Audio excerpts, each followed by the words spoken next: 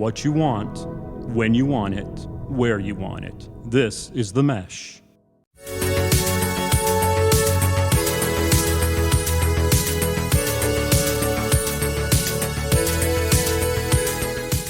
Brothers in Tech is a weekly podcast focused on personal and home technology, helping provide you, our fellow brothers and sisters in tech, with some information, assistance, and recommendations. It's time for the Brothers in Tech Suggestions episode, where Brian and I both give a tech-related recommendation. Could be an app, could be a website, could be a gadget, tool of some sort, but something that we want to recommend to you, the audience. In this week's episode, we actually have two each, so double the bits on this week's Brothers in Tech episode.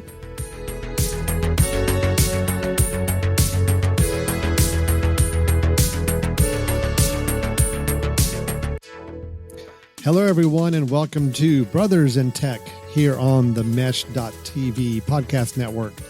My name is Alan Jackson. I am a media producer and consultant out here on the East Coast of the United States and beautiful Western North Carolina. And then I'm looking on the screen and I'm seeing my true brother in tech all the way across the country on the West Coast, out in the Portland, Oregon area. It's my brother, Brian Jackson. Brian, how you doing? Good. Lucky you, right? You're looking at me on your screen. I'm filling up your large screen ahead of you. I keep you in a very small window. Yeah. very small. You don't want to be distracted. I have a very small window, like just barely enough to notice that you are there. Yeah. I don't need to see. Can you see this? Is that, I can barely see you making a sign with your finger, but I don't know. I can't tell what it is. I can't tell which finger it is. Yeah. I'm happy to be here as always, Alan. And regardless of the company, this is something I enjoy to do. And we do enjoy it. This is our chance. Obviously we are really brothers. And my brother, Brian, is a professor of kinesiology out at, Pacific University up there in the West Coast, and also a project manager. What is it? Yeah, product director. Yeah, product director, consultant. Yeah, mostly consulting, but yeah. So I work with them on new tech projects that they have, and so that's kind of my tech. Yeah. The way I get to geek out on the professional side. So see, and I get to geek out pretty much every hour of the day between video, web, podcast, display email systems, faxes, you name it. I am on top of the technology.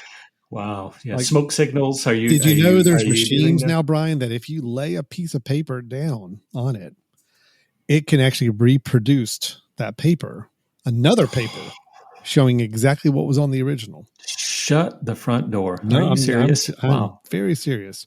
Wow. I got to play with one the other day. It's pretty sweet. And next thing you know, hours had gone by and you had copied everything that you personally had. Wow. No, yeah. I mean, I joke about that, but actually, I still, one of the clients I do work with, I still have to consult with them about their copier system and their fax machine. So I joke, but not really. I mean, unfortunately, it's still part of my day. So. And you didn't just casually mention to them about going paperless, back in our previous episode. I queued them all up with our paperless episode from months ago and said, look, everybody needs to go home and listen to this before I come back. And I don't think they did. I didn't see our numbers go up at all. So I don't think anybody listened. Did they ask if they could get a handout instead? Could you just give us a printout of everything you said? So could you fax us the transcript? Right, that would be great. Yeah. So anyway, all right. Well, let's set this up. What we do when we get together every time, we Brothers in Tech, the show we have here, we are talking technology, but before you get too deep with us, understand we're talking very personal, family, home technology. We don't get into high-end enterprise technology. We're not talking about future trends in the tech industry or tech news. I mean, this is really like what people use every day to make their lives more enjoyable or more efficient or whatever it may be, healthier, all those things. It's how we use technology in our day-to-day life. We kind of see our show as, we call it Brothers in Tech because we do feel like there is a brother or sisterhood of people out there, the ones that you're the go-to IT person in your family. You're the ones that get the family members calling you saying, hey, I'm interested in a new phone. What should I get? For example, Brian, I have a text message from a member of my extended family that will still remain nameless at this moment. That just came in actually just today, which is exactly what I'm talking about. And it's someone saying, hi, when it's convenient with you, I need your help in buying a new Mac laptop. So this is exactly what we're talking about. This is what we get asked to do.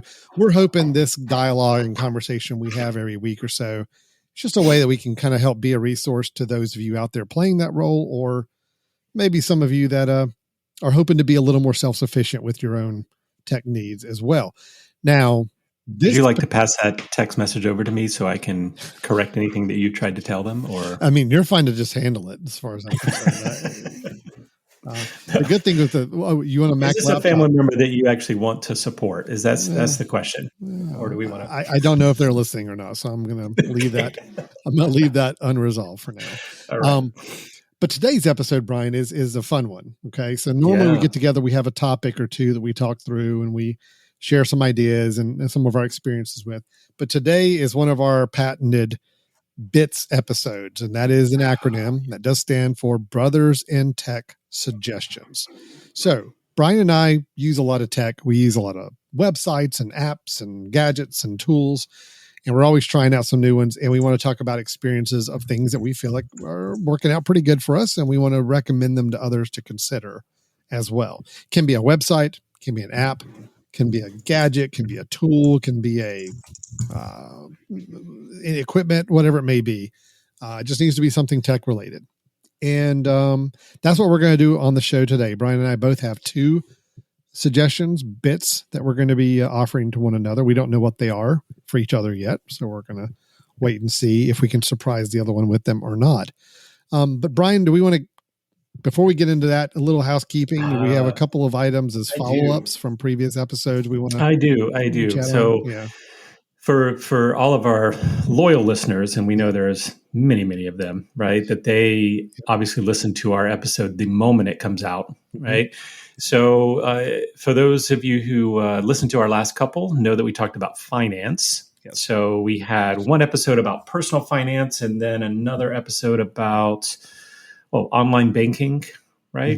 So I thought it was interesting, Alan, and I forwarded a couple of these to you, and you said you had received them as well. That so we talked, I think it was in our last episode, we talked about a couple of different services. One was Truebill, and the other one was Trim, that could go and negotiate. It would be your bulldog, basically, of negotiating with your services to try to bring down your price on that.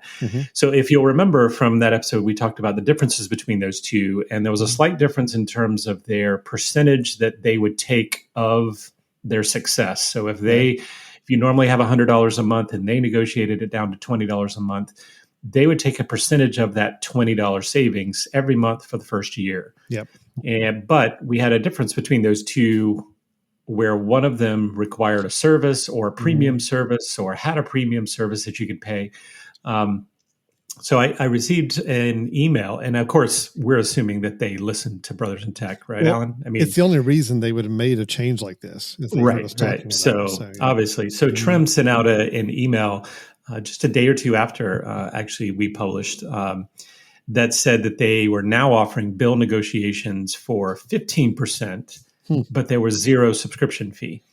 So that means you do not have to be a subscriber for anything. You can just say, go and see if you can negotiate it down for me. So they're going to keep 15% of what they're able to negotiate down. So if they gained, $20 a month, or you gained $20 a month of savings, they would end up taking $3 of that. $3 of that $20. So 17 is still make you're 17, getting, right? Save $17 a month. They would make $3 a month. Yep. And they'd be making that $3 for the first year. So, they're making $36 from you in the first year, but you're making $17 a month, right? $17 a month. Yeah. Well, what does it hurt? Exactly. To use a service like that, if there's no subscription fees, right? Tell them to try it. They save you $5 a month. I mean, they get less than $1 of that. Yep. Yep. And you'll remember Truebill does this as well, but I think Truebill also had a premium versus a non-premium where they have different percentages and all of that. Right. But so now it seems like both of them are kind of in the same wheelhouse where if you want to go try it, unleash them, let them see what they can do, then you save money and you have less effort that you have to put in to go and get that renegotiation. Sure. So, yeah. Well, again, it doesn't sound like there's really any harm in it if you're not being locked in any, or not having to kind of get stuck with a monthly fee of some sort. And I mean, again, you only pay the 15% of what they're saving you. So again, you're going to have a net benefit no matter what. I think these services are starting to get on the upswing popularity wise, which is why there's a little more heightened competition and a little more awareness of them. So I got a feeling we're going to be hearing a lot more about these kind of services in the coming months and a lot more people deciding to use them than and I hope that the options that they have on negotiating widen. Right now, again, remember it was cable, cell phone, those are the biggies. Those are the ones that they believe that they can renegotiate. But, if they start to get to things like your electric bill and your natural gas bill and all of these things, now all of a sudden, I think there are some really intriguing things where you basically are having some people working on your behalf. So I just wanted to give people a quick update since it was something we just talked about that Trim has made some changes there. So it might be a time to check that out. Yeah. The other one that I thought was just interesting, not that it's really this earth, shattering announcement, but we talked about PayPal a couple of episodes ago, I believe, as a way of exchanging money. Well, and we also talked about cryptocurrency. So we PayPal sent out we made our best. We made our best attempt at it. We fumbled through that. So we'll see. Yeah. But PayPal sent out an email shortly after, obviously having listened as well, saying they're going to offer a $25 reward to any of their PayPal folks who buy $25 or more of cryptocurrency. So obviously they're giving you $25 in order to go and buy crypto. So what that tells me, great, there's a way to save some money, but they're pushing to have people buy crypto, right? They're pushing people to be able to get this different currency to hopefully spark it, get more money into the system. So interesting. So if you are someone who's about ready to buy, maybe look at PayPal, use your PayPal account, see if you can at least get your $25 back if you bought some money through them or bought some crypto through them. Yeah. I guess I'm just not deep enough to know like kind of how the inner workings money wise are between PayPal and these transactions, but it would seem to me that they may feel like that there's a better financial situation for them letting people invest and purchase crypto than doing it through some other traditional banking currency. Well, you remember, Alan, we talked about PayPal had started pushing taxes as well as, they have to deal obviously with credit card fees when they process those things, right? Maybe crypto, is a much smoother model for them. If they can work, 2 years down the road to have more people using crypto to buy things, maybe they save a boatload of money too. I don't know. Could be. I would imagine there's something there. So at a minimum, they're trying to maybe get ahead on what they think is a important technology going forward. Yeah, so those are just two quick updates, Alan. That well, thank you for the follow-up. Since we just talked about them. Yes, that's what I'm here for. That's great. Yeah. You do the heavy lifting on this show. You do a lot of the homework. You do a lot of the Alan, I think people very clearly know that. I'm just the sultry voice that people like to listen to. Wow. Yeah, so you obviously bring a lot. You bring a lot. That's what I bring. That's what I bring. All right, Brian. All right, well, it's time, man. I'm excited. Let's get into our bits. That's the Brothers in Tech suggestions. This is where, again, Brian and I both recommend something that we think is worth checking out, that we either have just gotten into ourselves or maybe have been using for a while and still would like to recommend. We each have two. So, Brian, how about you go first with your first one? Sure. Yeah. So I've got my first one's going to be an app. And I felt like it was timely since we just talked about money and potentially ways of managing money and maybe even saving money. So this may be an app that many of you have used or potentially have seen before. And I will say there are some some sketchy reviews out there, but I think predominantly the reviews are pretty good. So this app is called Gas Buddy.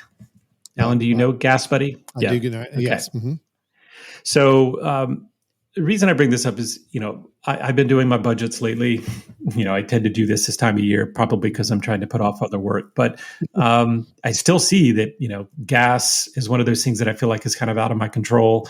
I feel like if there are ways I can save money on that, I tend to go to certain, wholesale places to be able to Costco and whatnot to do that to save some money.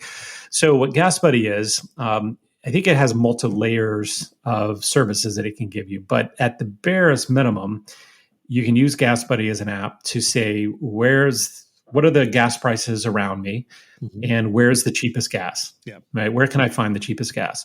What I do love about it is, so I'll just tell you, when you open up the Gas Buddy app and you sign in as a free service here, it's got kind of tabs on the bottom for you, which is, of course, its way of showing you all the things it wants to help you with. But then the next one is just find gas. Mm-hmm. So all I've used up to this point has been Find Gas, where it's basically a search engine, kind of like you were looking for gas through Google Maps or something like that. But what's kind of nice is the search filters. And that's what I really love about this is I can go in and say, you know what, there's only certain stations I really like to go to, right? I like, Chevron, and I like Shell, and I like, Fred Meyer right out here, which is a convenience store out here, a shopping grocery store. You can go and say, only show me those, and then show me by price, show me by distance, right? Show me the ones that, will take credit card. Show me the ones that have mid-grade gas, right? So you can go ahead and kind of dial in your preferences of your filters and say, this is what I'm looking for. So you don't have to keep flipping through, and you can see which is the cheapest right now. And kind of compare like how far away. So I'm looking right now, it says, hey, Fred Meyer's the cheapest with $3.74 a gallon. The next cheapest one is $3.89 a gallon of the ones that I've selected. Hold on. Yep. You said right now is that real data right now? $3.89 is your cheapest? Yes. Well, the lowest, it says at the top, $3.65. There is something about 4 miles away, $3.65 is the lowest. Yeah. Interesting. Okay. Yeah. West Coast people. You guys? West Coast people. I think our highest right now is like 280. And that's considered high right now. So our highest is 449, at least within my short range here. Right. So that's okay. I'm not trying to make a big deal about it. So hence the reason I'm looking for ways of saving on gas. I was going to say, right? I don't really use Gas Buddy because we're fine. You don't really have to. Yeah. No. I think it's great. I've used it before. Yeah. So I will say you can look at a map, right? You can see how things are laid out there. You can look at a list, which is what I tend to do. And again, you can set all sorts of filters. Now, the things I haven't done, Alan, it seems like it's got some other unique things of ways of actually saving additional money. I'm just not so sure about them yet. So Gas Buddy has its own credit card, okay, which I don't think is an actual credit card. I think it's more like a debit card. So, Alan, you and I both used the, what was the Movie Pass? Right? Remember when Movie Pass was out, where you and I had a subscription? We could go watch the movies for as many as we wanted throughout a month, and then we'd send back in our receipts and all of that and get reimbursed, right? Yeah. Well, this has a very similar thing that says if you get our card and you go and before I go get gas, so say right now I'm going to go get gas, and I look and say, where are the places that have the extra savings? And maybe there's a particular station that says there's 14 cents a gallon off if you'll use our card there. Okay, so if I go use their card, I put it in, it doesn't take it out of my account right away. What it does is it pays for the gas, and then it kind of processes, and then a couple of days later will take it out of my checking account. The lowered price. And I think the reason is because it has a hard time maybe at the pump actually charging less than what the gas station is actually charging you. But it says it could save you up to 25 cents a gallon, up to, right? And I think so far by scrolling, I've seen 14, 16 cents a gallon, something like that. So if you, and it's a free card, supposedly, you can just say, yes, send me the free card. And then if you're using GasBuddy and you're a regular user and you look and see that there's some flash sale or whatever they call it, what is it? Let's see, fuel savings, right? Or something like that. Then you could go and use that at that place and then end up paying less than what was at the pump. Okay. Supposedly it also is a card that you can use at other places to get a percentage back, Walgreens and some of those they have connections with. So, So it's got a way to do that. One last feature it has, again, I haven't tried this and I'm a little weary of it, but I could see how it could be beneficial, how they're trying to tie it all together. It's a way of potentially having, and this makes me a little nervous, GasBuddy will track your driving habits. So maybe like how fast and aggressive you drive or how well you drive, so that it could give you a report on that. And the report then technically could be given to an insurance company or something to say, I should qualify for better, auto insurance because of look at my results of my driving. So a little bit more of an unaffiliated source, kind of like I know the insurance companies have had programs where you could get the device from them to actually plug into your car's computer port and actually send them the data to show, hey, I'm a good driver, you see, and hopefully get the rates. This is just it's a little more efficient way of doing it. And it's an impartial. It's not obviously driven by one of the insurance companies. So that could be a good option if it works. Right. And this is supposed to work through the phone. So of course there's issues there, right, of granting access to this app from getting location data and tracking your location. And I'm sure there's all sorts of ways in which it's making money by using data. So be aware of that.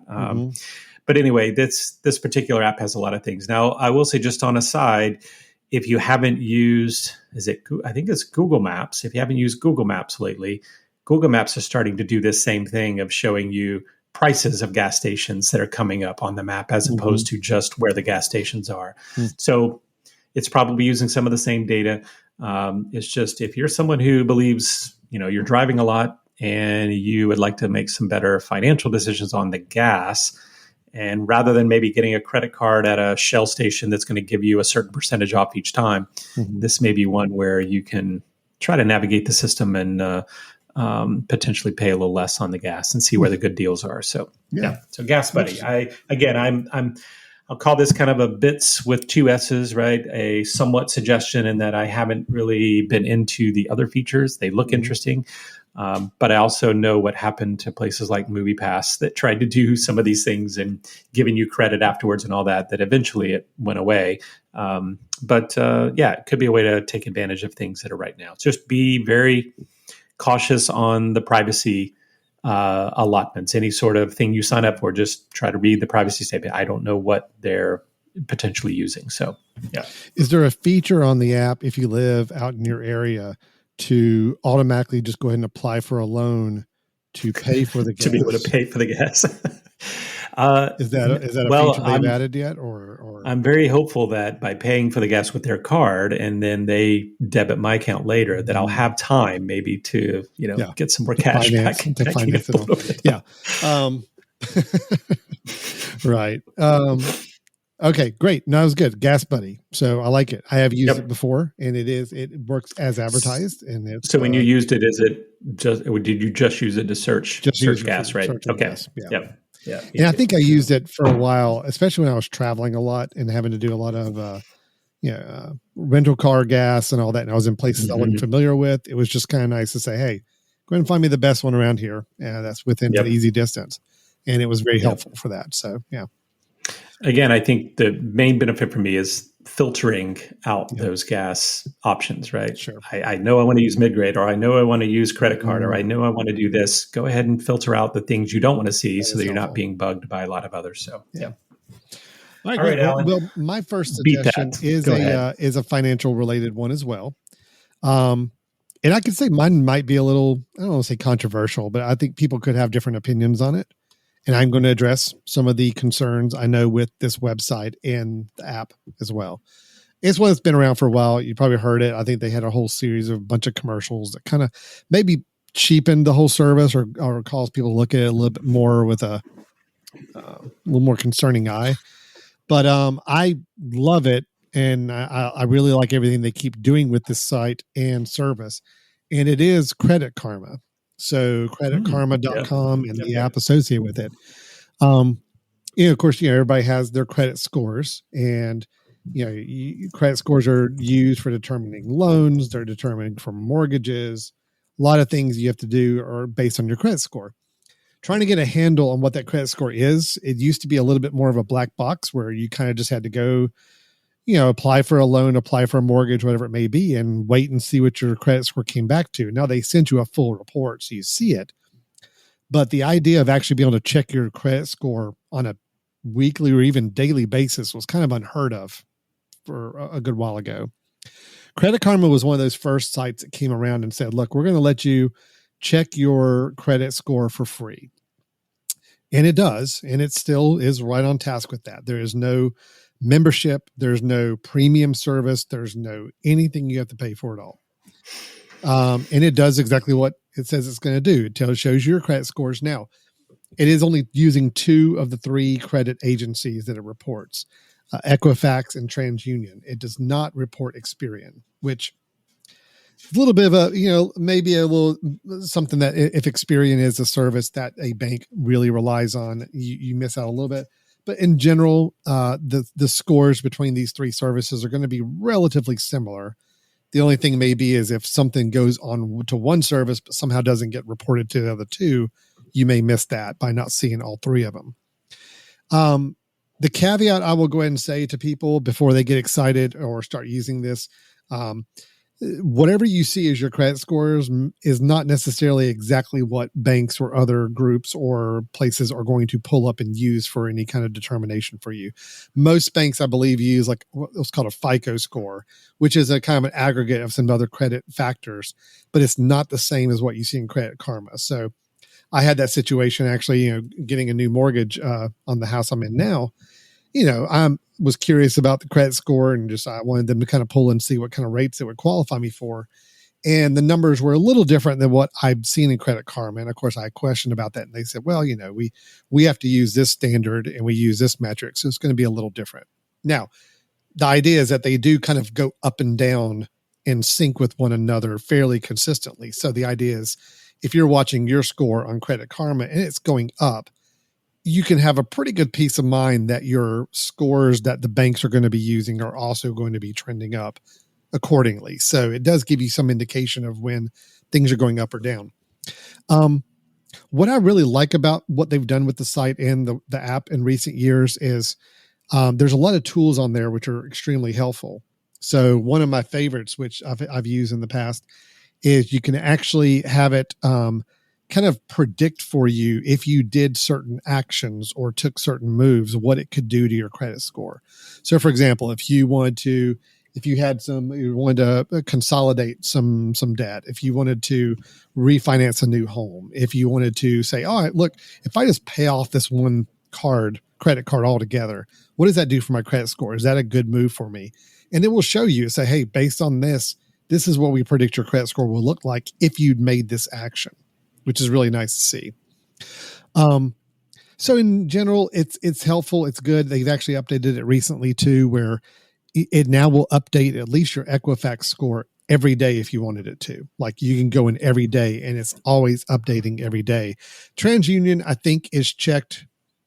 Or no, I'm sorry. TransUnion is checked daily. Equifax, I think, is checked maybe every 6 days.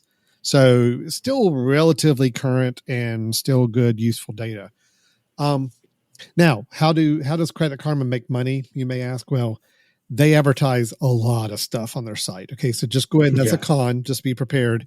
Everything is going to be recommendations of credit cards or loans or mortgages or car insurance or anything else. They're going to try to recommend. And of course, they get proceeds if they pass you on to a vendor and you sign up with them. So that's really how they make all their money, is they're just pushing other services and products. They're using your credit calculations and saying you might qualify for this kind of loan or this kind of mortgage or this kind of car purchase. And they're trying to encourage you to do that. If you can look past all that, unless you are interested in some of the things they're offering, but if you just kind of turn a blind eye to it and say, look, I'm coming in to get my scores, and I also want to see different factors that are affecting it, it's a great service for doing it. And the fact that it stayed free, there's no certain things have to be unlocked if you pay a certain amount per month. They haven't gone that route. They truly have kept it free, and it's been great. And I'll say this, the mobile app is really good. It's actually really nice. It's clean. It's easy to use. I like it. It's one of those I would not have thought that I would find myself still going in and playing with as much as I do, but I still do, and find a lot of usefulness out of it. So that's very cool. Credit Karma. Yeah.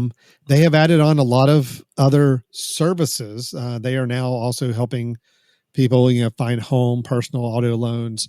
There are a lot of resources on there about their identity monitoring. They can help you make sure that, somebody is not using your identity. The credit score simulator I mentioned already, some loan calculators, amortization calculators, a lot of great tools that are just on there for free. So it is worth kind of going in and exploring and seeing, at least getting signed up and having it registered. Yes, you do have to put in your social security number, obviously, for it to look up your credit information and some other questions you have to fill out. Again, like Brian said on the previous service, just be mindful of the security side of things. I mean, Credit Karma has been around for a while. It's got a good reputation as far as from a security standpoint. But again, you are being asked some personal information. So just be mindful of that if it's of any value to you, whether or not you want to share that. So anyway, I like Credit Karma. Great. I think it's great. It's one of those that kind of started out maybe a little rocky reputation wise, and has really gotten, I think, clean and organized and a lot of great tools on it.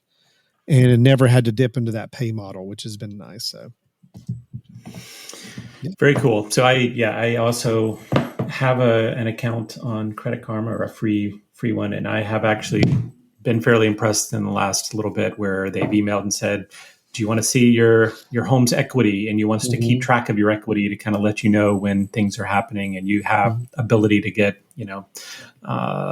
some equity lines and all that. So I agree, they're good. I think having several of these services is pretty helpful. Mint, Credit Karma, bouncing ideas off of both of them, try to see where they give you similar recommendations, I think is a pretty good thing to do. So cool. I do know Mint. Not bad. You mentioned Mint, and you're right. Mint has kind of rolled in the last year or so, kind of there where you can check the credit scores through Mint as well, which is great. Yep. And again, I'm all for all in one place if I can do it. It's a lot easier. It doesn't give you, I haven't seen quite the level of detail that Credit Karma will give you. But again, I've got a feeling Mint will keep growing those resources over time as well. So it's nice to know you have options, and they all work pretty well. So, yeah. Good. Cool. All right. Well, what is your second I'm back one, up. Brian? Yeah. Tell me what you got. Yeah. So just, FYI, normally we have a guest, and we each bring one. So you guys are getting a bonus today, and that we're each bringing two. So you have four. Okay. So I'm going to be bringing well, Alan, you'll remember many, many months ago where one of our Bits episodes, I talked about a phone case that I really liked, where I had these things that I was trying to do with a phone case. I wanted it to be chargeable on a inductive charging, right? So rather than plugging in, I wanted to be able to have the charging work. So of course, not having things on the back of it that would distract that. But I also wanted it to be able to double as my wallet so that I could carry things around. And I also wanted it to be able to mount in my car easily, to be able to put it up and have it magnet mounted on my car. So I had found a case at the time that was a flip-up case, flip-up wallet case, where I knew I could flip it up, put it on the charger. It worked. But I had to keep a metal shank in there. So the metal shank that went in the outside allowed me to then magnet on the outside. Well, what I noticed is that over time, the more I used that metal shank and pulled it off and on, it stretched out the pocket that metal shank was getting in. So as I pull it off, the shank pulls out on the magnet, stays on there. I have to then pry it off and all that sort of stuff. So I still liked it. It was great, especially for I think it was $15 that particular wallet was doing, but it was not checking all the boxes for me. So I had been looking at this solution for quite a while now, and it was expensive. And I will say that up in advance that it is much more than I would want to spend on a phone case. Okay. But it has checked all the boxes that I was talking about. All right. So I am using now a case and wallet from Magback. I don't know if you've heard of these guys, Alan. Magback. BAK, MAGBAK, right? Yep, got it. So this is Magback. And what Magback is a wallet / case system that you can put together. So the case itself has magnets built into the case. So the case looks just like a normal Apple case, silicone type case, right? It looks normal. But it has magnets built into the case that are perfectly aligned that would allow it to then magnet to things. So I can take my case, Alan, I'm showing you on the video, but I can take my case and I can go put it on a refrigerator and it will sit there, right? It magnets to that. Okay, well, that's not the cool part, right? Obviously, I could take that and magnet to something in my car, right? But what the cool part was also buying the secondary wallet, okay, and the wallet, which also has magnets built into it, so that the two of them connect together and are always magneted to one another. So this is very similar to what Apple is doing now. Apple has its own version, right, of this magnet. This is cheaper than that. And I would also say it's maybe a little bit better in that Magback has actually set the magnets within the case perfectly so that the wallet always goes in the same orientation. When you put it on there, you guys heard that click probably, right? I'm just allowing it to kind of throwing it on there, right? So the wallet, which I had bought the leather one, okay, the leather, which I thought looked kind of nice, means that I can go and anytime I want to use it as a wallet, I can just put it. It's a very thin wallet. All it does is pry it open, slide in. I think it says it'll take 6 cards. I think that's pretty ambitious, but all I really needed was about 4, right? You need ID, maybe a insurance card, and then maybe 1 or 2 credit cards, right? So that's what I have in there. It's good. It's got a slider on the wallet itself, so I can slide up my cards and get them out pretty easily. So, but the wallet, when you put the wallet on the back, you could still place it on a charger. There. See, no. Okay. So here's the reason I did this, right? This one still requires me to put it on the charger. I take it off. Okay. You still have to take the wallet off, but you put the phone on the charger. Okay. It's easy for me to do that, right? And of course, I'm not hurting things as I do it. But one of the things that you may be asking is, well, if the wallet goes on, can you still put it on a phone? I mean, a car charger, right? The magnet that I really wanted. Well, they have their own little system, which, Alan, I'm showing you, and you probably see it online. They have this tiny little thin magnet set up, okay? And with that very tiny amount, I have now mounted in my car this little piece. So they give you 2 of them. And if you will take a look there, it then magnets to the top of my wallet. And so I can now set my entire phone and wallet up on my car dash. Okay. I have actually a very small sliver. This, if you can't, you're not seeing it video, but if you haven't looked it up online, this is probably about maybe a 1/4 inch in width and maybe about 1.5 inches in length. So it's a very small sliver of magnets that you can put, you can stick in your car. I have it actually between the CD player and some of the buttons below it. Very small little sliver, and it allows me to put my my phone up there.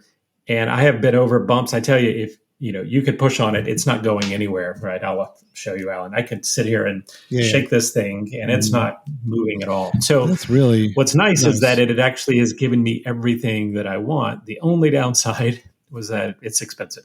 Luckily they're always running specials. I think together with regular price, it's like $80, maybe like 30 for one of them and 40 for the other. The case and the wallet. The actual case is like for mine, for example, the iPhone 12 Pro.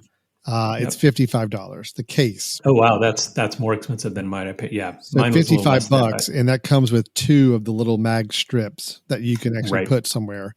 If you wanted the wallet, probably another 30, I think. 30, 40. Yeah, I'm looking to see what the wallet is. Wallet looks like it's actually, whoa, you did get a deal on it. It's $49. So the wallet's $49. You're at 110 for the case and the wallet. Now, obviously, you found a good deal somewhere. Well, I was going to say, so mine, I seem to remember regular price was going to be like 85 together. But I will say they are always running these 15% off deals or something like that. So I think I ended up paying 72 total, and that was free shipping and everything. So again, much more than I would normally pay for a wallet or a case.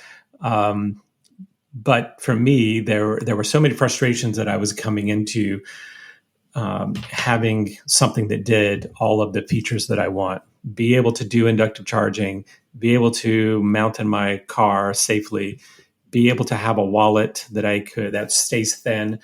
But the beauty here is that I have a wallet. So if I wanted to just leave my phone behind and actually just have a wallet, I have that. If I wanted to just take my phone and not have my wallet with me, I have that too. Yeah. So, but they also magnet together incredibly strong. One of the things I saw in reviews, Alan, is comparing this to what Apple does. Apple has their own version of this, is that people would say, if I take this and slide it into my pocket and, the edge of my pocket kind of clips off my wallet as I slide in. And these are pretty heavily magneted to each other. So I haven't had any issues with that. Slide it in and out of the pocket. And we don't have any issues. Never had it falling off. And again, I'm sure this is, something that's been resolved, but you always heard the old adage was you never wanted to have your magnets in with your cards or any ATM cards or like that. So I assume that's been resolved. They certainly say yes. Right now, I don't have a lot of experience with it. I've only had it about a week. I will say this is bad timing. That the other day my chip did not work when I tried to pay at a Home Depot. Now, the issue is though. They're not supposed to even affect chips, right? That was the whole reason chips were really chips shouldn't be affected by magnets. No. So this, I have a feeling, was just a card that I hadn't been carrying around a while. So I have to go check it one more time to make sure that's not been the case. Well, you should look up on Credit Karma to see if there's any problem with your card or your credit score. So anyway, just tying it together. Tying it all together. That's all right. And then you go and buy gas with Gas Buddy. Right. Okay. Yeah, perfect. Yeah. So no, I cannot verify yet that it's not going to, but I will say that this is what they do, right? Yeah, obviously, and they're not going to say, here, use this, and by the way, all your magnetization is gone. And I mean, look, right? Apple's come out with their own like Snap-on magnetized wallets to go on the back of iPhones too. So look, they've obviously figured that all out. So I will say I'm kind of intrigued by this company, MagBack. I was just clicking around while you were talking. I'm sure I was paying attention to you, but I was clicking around. And not only do they make this really nice magnet system for your phone cases and all that, but they make the charger you mentioned as well. You can get an actual charger that will be a nice mounted charger for it. Have you seen their sanitizer? No. They have a phone sanitizer. It is a little box that you actually dip your phone in, you drop your phone into it in the slot, and in 30 seconds it sanitizes your phone. So to kind of clean it off from any touching or anybody's. I see that now. Yeah, it's pretty cool. It's pretty awesome. Okay. And then so anyway, they make some good stuff. And then there's also, if you wanted a mustache, magnetized mustache for your iPhone, they make the mustache. And I will mention that's there for a reason, right? Is that if you decide you'd say you like your case, but you want to get the wallet or you want to be able to magnetize to something else, the stash is their creative little sticker that can go on your current case to add the magnet for the wallet to connect to it. So what it is if you said, oh, I don't actually need your case. I like my case, but I don't mind I want to put the wallet on the outside of my case, then you can actually magnetize the case by adding this, okay. Mag Stash, I think they call it. But that's cool. Anyway, I did. I spent more money on this than I should have. MagBack, if you're listening, you want to give me some deal back, I'd love it. But I will say, looks and build of this thing right now is really, really slick. I've been incredibly impressed with it. So the question still remains, like, will the leather loosen up a little bit over time? Right? It's actual leather in the wallet. But so far so good. So, there you go. MagBack, MAGBAK is the company address. Yep. And Brian has been talking about their MagSafe compatible cases and kind of magnet system. Wallet in case. All right. Yep. Cool. So you got me spending a little bit of money there, Brian. Good job. Yeah, we went from 2 free services that are meant to either help save or help you manage in your finances. You brought in take it up a notch. You brought in a recommendation that kicked it up a little bit. Now we're spending the money that we saved in the previous step. Okay. I'm going to just blow it out of the water.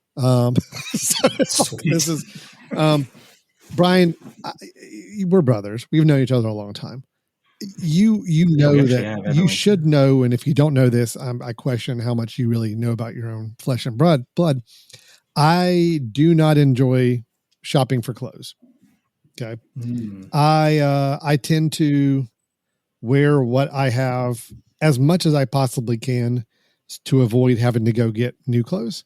I typically get dragged to a shopping place once a year, almost like a pilgrimage. I have to go, and I'm being made to go, and people are like carting me out to a place to go clothes shopping. So I always thought you just had bad style, but you really just don't want to. Now listen, you just don't there want is to shop. that too. Okay, I don't have a good eye for clothes. I really don't. Well, you're colorblind, aren't you? I mean, I am a little colorblind. I'm also a little style blind, is what I hear. So I just I don't get it. I confirm. Okay, well, I didn't need you to confirm that quickly. I know you well. That brother. was way confident an answer you gave really quickly on that. So after some convincing by somebody in my house that I'm married to, I'm super excited to hear this. I'm super excited to hear what you did. I decided to take the plunge, and I did go with one of the online clothing services. Nice. It's the one Stitch Fix. Are you familiar with Stitch Fix? Yes, I have. I have used it. So please, I'm looking forward to hearing. Well, and I'm gonna talk tech side of it because I think really what they're doing is cool. For those not aware of it, it is a service where basically you can go in and set up your own personal profile with your measurements and with kind of your preferences for types of things you like to wear, colors, styles, patterns, and so forth. And also give them a little more information about kind of what you're looking. Are you looking for clothes that are more recreational? Are you looking for more business? Are you looking for casual activities, whatever it may be? And they put together they call it a fix. And the fix, you can set up what kind of frequency you want that fix to be delivered to you. They basically send you, I think it's 5 items. 5 items. 5 items come your way at one time. And they tell you have a personalized clothier who is now watching all this and recommending things. I know it's all algorithm based, and they're saying, hey, this guy is this age and these measurements, and it works and needs things for casual activities, whatever. They put all that together, and now they've generated for you, here are some items. They send you the 5 items. You take a look at them, you try them on, you see what you think, and you return whichever ones you don't want to keep. So you could return all 5 and just say, no, I'm good. I don't like any of these. And you don't get charged for any of those 5 items. You could keep 4 of the 5. Or if you keep all 5, they offer you a discount, which actually I did the math, and I was wanting to keep 4 of the 5, but I did the math that if I kept all 5, I actually saved more money than I would have if I just returned the 4. So anyway, it made sense to keep all 5. And that's all fine. There are other services that do this. Here's the things I just want to say from a brothers in tech standpoint I do like. They are pretty spot on with their first batch that I got. I kept all 5. I wear all 5. I like all 5. They're great clothes. And the personality, the style questionnaire that you go through in the beginning, not only is it kind of fun, they made it a very intuitive, very kind of interesting way to fill out this form. And they gave you a bunch of snapshots of, hey, here's a whole bunch of different colors and patterns and styles. Tell us the ones that you would never want to wear, and tell us the ones that are your favorites. And they use that kind of to build their algorithm around it. So there's that. That was fun. The clothes were really, really good that came, the quality wise, and I like the style that they picked and all that. But what I really have fun with is now you can go back onto the website or the app. They have a really nice app that works just as well as the website does. And I told them I didn't want them to send me another fix for like every 3 months. Because I mean, the items they cost appropriately for the quality of stuff you're getting. And I just didn't want to be putting that much money into clothes, every month. They did have an offer of sending you a fix every month. I said, no, let's do every 3 months. I think that's good for me to kind of get started. But what I can do now, you're usually buying new clothes every year. So this is already quadrupling my clothes output. But I can actually go in between the times that they're sending, and I can actually go in, and they have a really kind of a cool little intuitive tool to say, all right, look, here are the 5 items you already own, Alan. We're going to show you some things that are nice complementary clothes that can already go with those. Now, for someone like me, that A, is a little colorblind, B, style blind, for you to tell me and say, look, with these shoes that I'm now wearing, here are a couple of other things that you could add to your next fix that we think would be really nice that you could wear with these shoes. Here's a jacket that would work really well with the shirt you got last time. And so you start to kind of really play around and see how they can be used in different outfits and different styles. So it's a lot of technology involved. There's a lot going on in the algorithm. Even my wife saw the clothes. She's like, yeah, this is you. This is perfect. This works for you. And I was pretty impressed the first time out that, all of them work really well.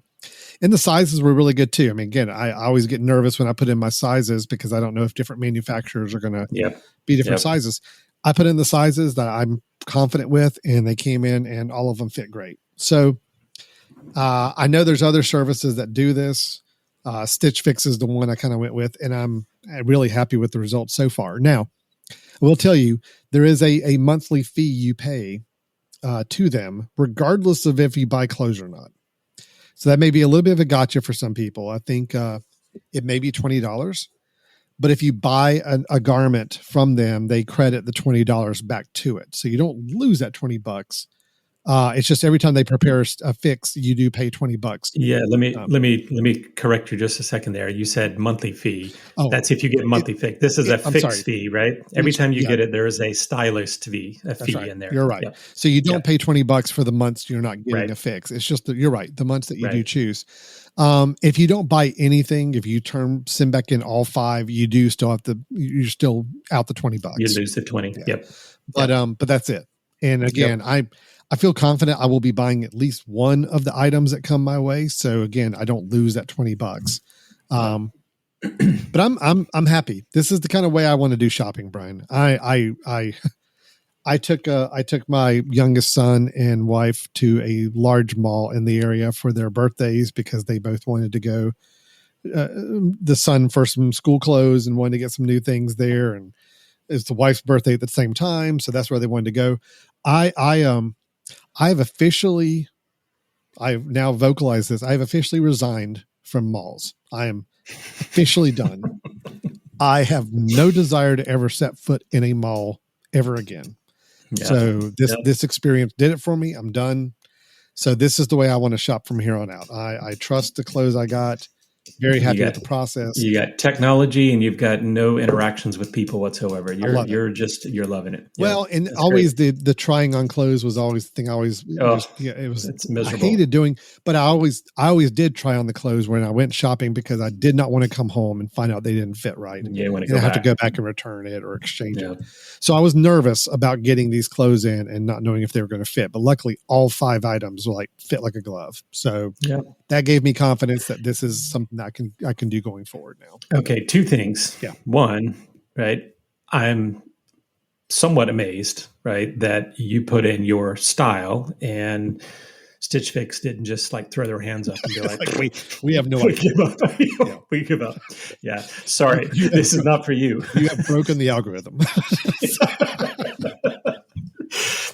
And two, I'm just thinking, oh my gosh. I mean, you actually got clothing, which I'm amazed by. Now I'm seeing you, Alan. I've seen you a couple times on Zoom. I'm just wondering, will you ever wear them? Because obviously that's not it. I'm not wearing this T-shirt. I'm wearing is not from Stitch Fix. Okay, I was going to say because ask for your money back. I wear them to work. I wear them. I've been to plenty of social functions the last few weeks, believe it or not. And they're great. They work really well.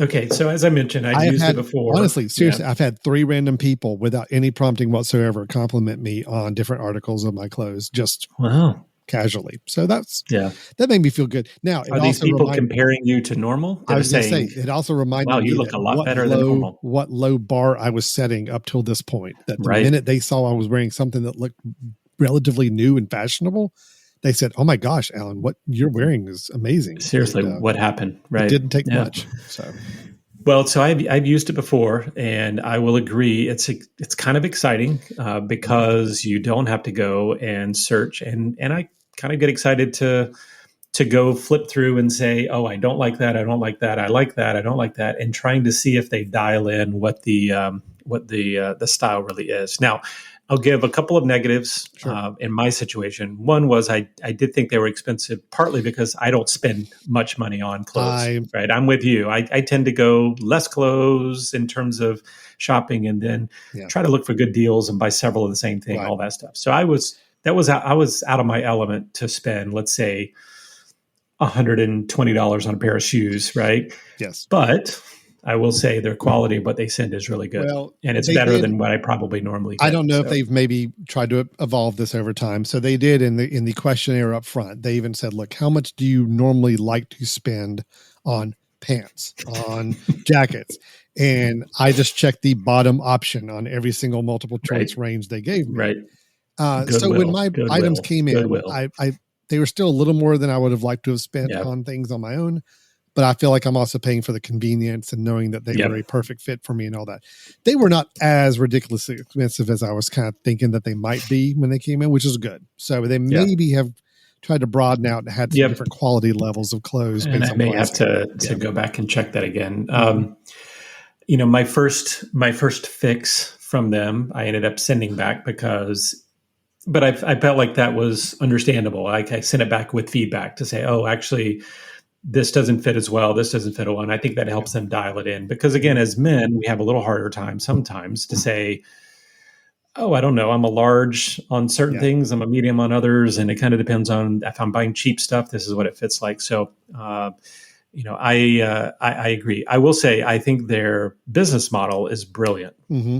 And you mentioned it earlier, right? That they send you these, say, 5 items, and they will give you a heck of a discount on that if you buy all of them. Yeah. So what they're planning on is like, we don't want you to waste our self-enclosed shipping back for one item you didn't like. Yeah. And my wife, who's had a few of these fixes too, I think there's a couple times she's like, well, I like these 4. The 5th one I don't think I'll ever wear, but it actually costs less for me to keep all 5 than it does to send that one back. I'll give it to someone else. Well. Right. There was the one item I was take it or leave it. I was going to send it back. I did the math. I'm like, well, look, I'm actually spending more money if I send it back than if I just keep it. So it's brilliant. It's brilliant. And I would say one of the things I'd like for them to do, which I don't know if they do yet, Alan, because I haven't done this since last year, but I would like for them to have just a budget, not a like, what do you normally spend on these items, but like, okay, send me a $200. I'm willing to spend $200 on clothes right now. Send me 5 things that equal $200. You don't get this kind of like, oh gosh, it's much more than I'm willing to spend altogether. Maybe they do that now. I don't know, but no, I'm with you. I think their service is fantastic. They did respond to, one time I had when I was going back to work, I sent them feedback and said, hey, listen, my next fix, I'm going back to work, but I'm also working from home a lot. So give me casual, but give me casual that I can actually wear out of the house, right? And I need 5 sweatpants. So I need something other than sweatpants. I think I even put that in there. I said, I need something that feels like sweatpants, but isn't really sweatpants. So yeah. So I'm with you. I think they're good. Certainly something to try out. And I think a lot of people, men especially, that may look and go, oh, I'm not going to pay for a stylist, right? I think this is actually why you definitely need to, right? You're the kind of person that you don't want to be going and just spending hours to shop. No. And I say that not to be sexist when I said that, but a lot of people, the guys I know, some of them will say, clothes are something that I need help with. And this is a good way. And time is money. Help. I mean, I think about it, like if I had gone and gotten these 5 same items this one time at a trip to the mall or somewhere, probably would have spent several hours, finding them, assuming I could find the same types of ones and that I knew what to get. Then there's the guesswork of, is this really going to work for me? And is this the best option I can get? Mm-hmm. It's just, it would have been a day of my time trying to figure out these 5 items and to get exactly these and 5. Then the money on alcohol you would have had after you went to the mall, right? Yeah. Well, and just, all that. And then I still feel like time's money. With this whole process, I spent 15 minutes on their website filling out the forms, answering the questions, the questionnaire, whatever. And then I waited, and a few weeks later, the package arrived. I tried them all on in the comfort of my home. They fit great. Boom, done. I go online, I pay the bill, I'm out. I'm done. I'll see you in 3 months. And I'm okay with that. So again, I like the style. I like the process. And so again, I like the technology behind it, in that they are using artificial intelligence and algorithms to really do some good things. I mean, there's a lot of data you provide them at the beginning, and they absolutely use it to match you up with what I think is some pretty good selections. So, good call. So that is Stitch Fix. I look forward to seeing you step your fashion game up now, even on the podcast, Alan. So on the podcast, I mean, we don't even. Dude, I mean, I'm recording these like late at night, my time, Brian. Yeah. So okay, can you put a shirt on next time? Is what let's take. This is my comfy time, Brian. Oh my gosh. I should be comfortable. So. Can you turn your camera off for me? Okay. Well, that's all right, Alan. That was fun. 4 good selections there. So we had Gas Buddy from Brian, Credit Karma from me. Both of those websites and apps you can use. Gas Buddy's a website too. It's not just an app, is it? Correct. Okay. Yeah, I think so. Although I know most people use. I know it is. You can sign up through the website, but I think. But I mean, the app is obviously the main way you'd use it because you're traveling when you use it, right? And then Credit Karma, you can use website or app there. Yes. And then we had our Brian with the MagBack line of cases and wallets, magnetic wallet and case, and then me with Stitch Fix for online shopping for clothes. Yeah. And more technology to bring into your life. Some of them to help you save money, some of them to help you spend it. So, amen. Okay. Yep. Good call. Yeah, that's good. Well, Brian, if anybody has had some experience with any of these 4 or would like to recommend maybe some other items that we should consider for a future Brothers in Tech suggestion, what should they do? They should send us an email, and you want to tell us what kind of clothes Alan should be wearing? Let us know at info@themesh.tv, info@themesh.tv. And I just want to reiterate, if you have experiences with some of these that are not positive, we'd also like to know to make sure we can go back and readjust our recommendation if there are things we don't know or should be aware of. So, and I think that's important to say too, Brian, because I mean, any of these services can evolve and change over time. They could change pricing models. They could take away features, add features, whatever it may be. And that may or may not improve that service, especially like a website or an app or something like that. Right. So yes, we definitely want to stay on top of these. And if somebody starts to have bad experiences or we find out there's some negatives that we weren't aware of, we definitely want to be the one to communicate that back out. So please let us know if any of those apply in this situation. Yeah. All right. Well, that is going to wrap it up today for Brothers in Tech, our Brothers in Tech suggestions or bits episode for the month. We will be back next week with some more tech talk. Again, family, home, personal technology, ways to improve your life, improve your enjoyment of technology, and also to be a great resource for those of you that are serving as the IT person in your extended family. For Alan Jackson, Brian Jackson signing off. We will talk to you next time. Thanks, Brian. Bye-bye.